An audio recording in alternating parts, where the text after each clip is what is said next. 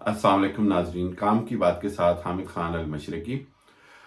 नाजरीन, पिछले 24 घंटों में या 2 दिनों के अंदर 2-3 बड़ी डेवलपमेंट हुई। उसमें सबसे अहम डेवलपमेंट वही है जो मैंने इस हुकूमत के बनते वक्त शुरू में भी कहा था। वो यही था कि ये जिस तरह चूं चूं का मुरब्बा बनाया गया है, जिस तरह ये 16 जमातें गैर फितरी अंदाज में इकट्ठी करके इनका इत्तेहाद बनाकर 2 सीटों के फ़र्क से वज़ीर आज़म शहबाज शरीफ साहब को बनाया गया है और साबिक़ वज़ीर इमरान खान को हटाया गया है।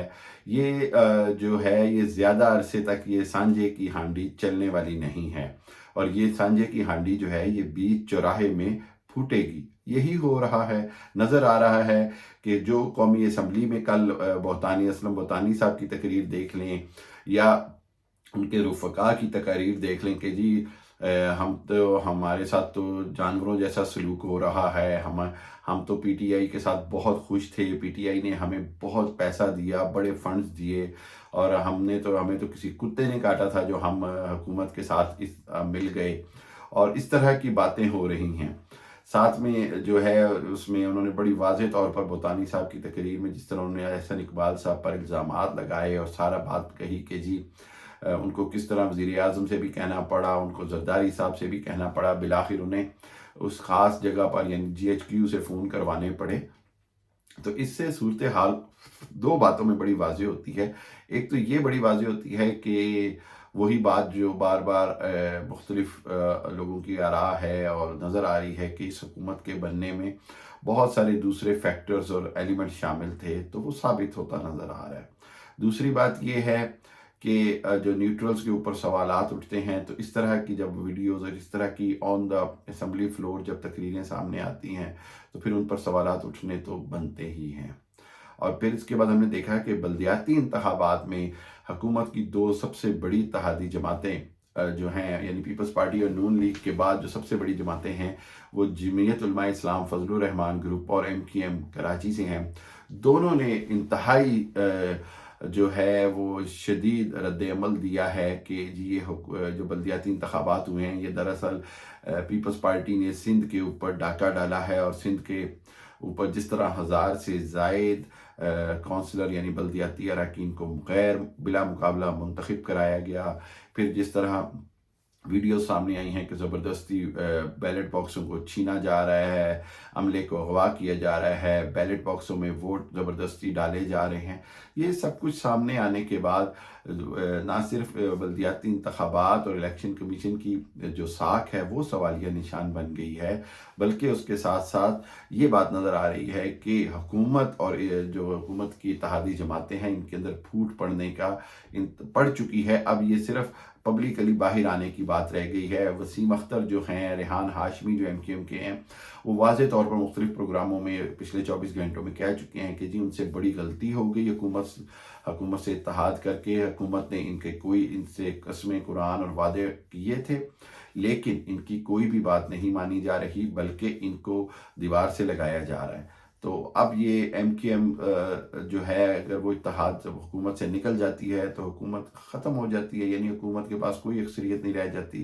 इसी तरह अगर बलोचिस्तान अवामी पार्टी हुकूमत से निकल जाती है तो फिर एक बार उनके पास कोई अक्सरियत नहीं रह जाती है, और वो जो 2 वोटों का फ़र्क है उसकी वजह से इस सारी सूरत हाल में हुकूमत के लिए चलना या हुकूमत के लिए अपना आगे चलना बहुत मुश्किल नज़र आ रहा है।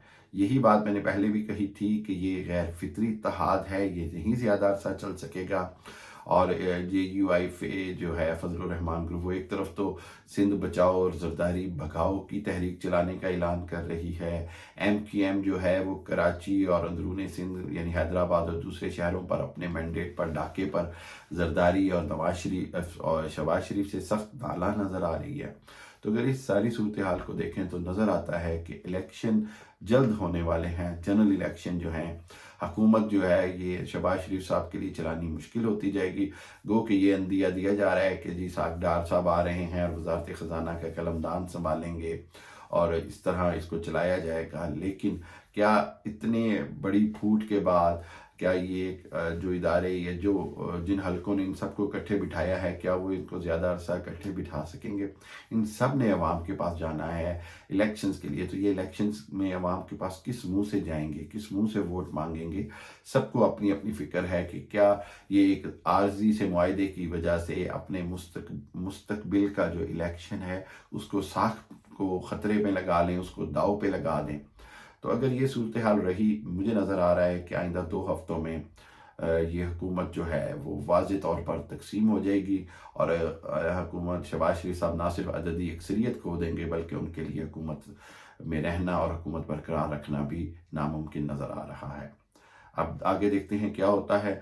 लेकिन इलेक्शन कमीशन का बार बार मैं जिक्र कर रहा हूँ, इलेक्शन कमीशन का किरदार, इलेक्शन कमीशन का जो क्रेडिबिलिटी और साख है वो इंतहाई बुरी तरह मुतासर हो चुकी है और जो है वो बहुत सख्त मुतनाज़ा हो चुका है।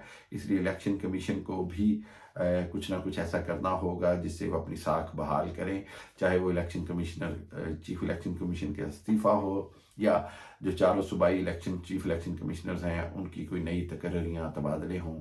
कुछ ऐसा ज़रूर होना ज़रूरी है जिससे इलेक्शन कमीशन अपनी साख दोबारा बहाल कर सके।